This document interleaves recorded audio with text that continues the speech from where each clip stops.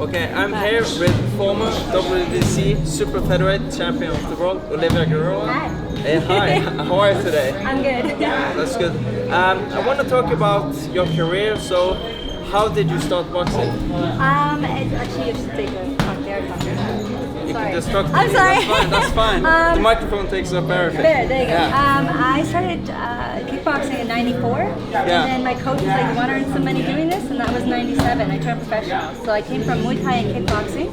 And my background was soccer and gymnastics, so I had really strong legs and I was flexible, so I was like, I can kick boys in the head.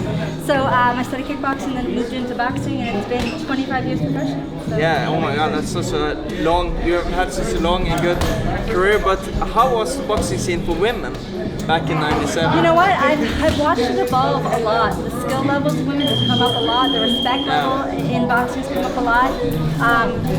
The equality hasn't reached where I needed to reach before I've done this sport, but it's getting there. There's been lots of improvements. I remember when I first started boxing, it was almost like I was like one of the ring girls. Like I'd come out and the guys would be like, woo, and like hot and like this, whatever. But then when you got done the ring, they were still standing up and being like, damn, like best fight of the night kind of thing. So over the years, it's really evolved and gotten better in strength.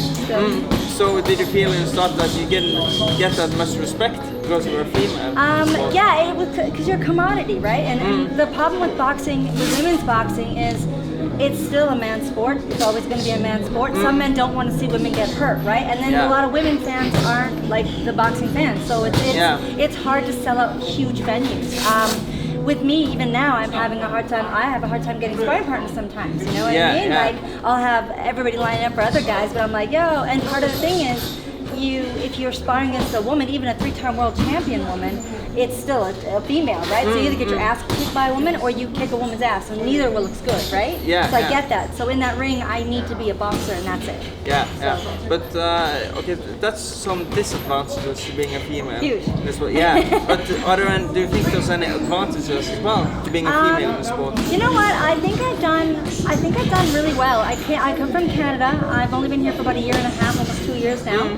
But I came here to give my career the respect it needs and finish it properly. It was hard to do what I accomplished in Winnipeg, Manitoba, the small town. But from there, I was one of the featured boxers. Like I always made more money than the males. I was a feature event sort of deal.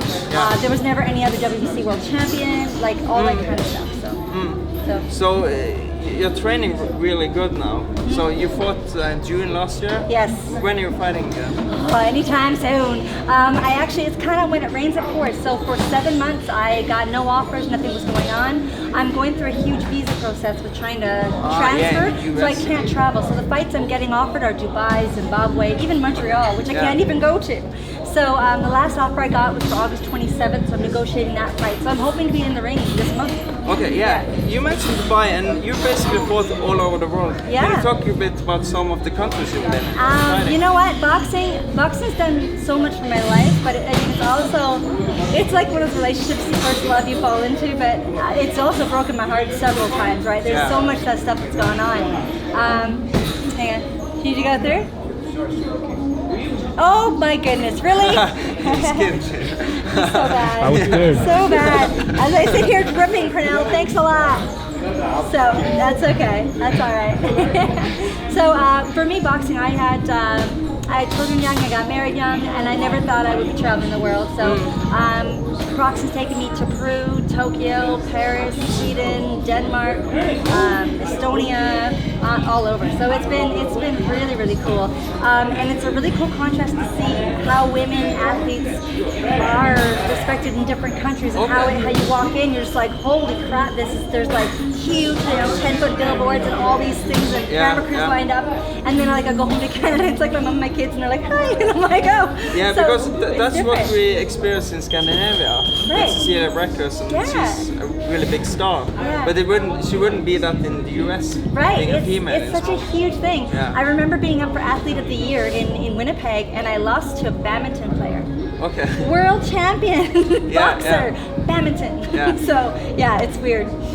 And you've had 40 fights now. You fought basically everyone. And in 2009, you beat, I'm gonna slaughter her name, Jelena Janjanovic. I can't say it either. Yeah, you can say it. Is that, Mrvinovich. do you Yeah. consider that your best win? She's my most satisfying win. We've had 3 fights. She is the only person in my entire career who has knocked me out. She did twice. So Yeah. we fought, then I beat her, took her WBC title, and she knocked me out again. So if we fight again, it's my turn. But yeah, that's one of my best wins. That was my favorite. Yeah. And we saw today that you also cornered your husband. I do. So you're a trainer for your husband, Yeah. and how is that relationship going? I've been a coach for 20 years. I've been teaching kickboxing and boxing and Muay Thai. I haven't, most of the amateur guys that I train, because I'm still focused on my career, I've helped them into wherever they need to go to get coaching. With my husband, he's the first one, he's like, I need you in that corner. I'm like, because part of me selfish, it's hard to watch him spar and him train when I want to be the one in the ring always. Even the guys he's fighting, I'm eyeing them up. I'm like, I want him next. Like, that's how I am, right? Because we spar too. But yeah, it's cool. And I don't know how it's going to go. When I'm done this sport, I feel like it'll be really hard to be on the sideline. I don't do that well, right? You want to do it yourself. Yeah, it's so hard. But we'll see. I commit to being there with him and helping him achieve his goals too. Yeah, but you also work as a coach, as a trainer on the side. Yeah, personal trainer as well. Yeah, if people want to train with you, how can they reach you? OliviaThePredator.com. Yeah, you can put my Instagram too, Olivia the Predator Gerula, and find me on there. Yeah, okay. And I do online training a lot because I'm still training people from Canada. I'm still training all over. Yeah, it's good. Okay, I appreciate it. Thank you. It was nice chatting with you. Yeah, thank you. Thank you.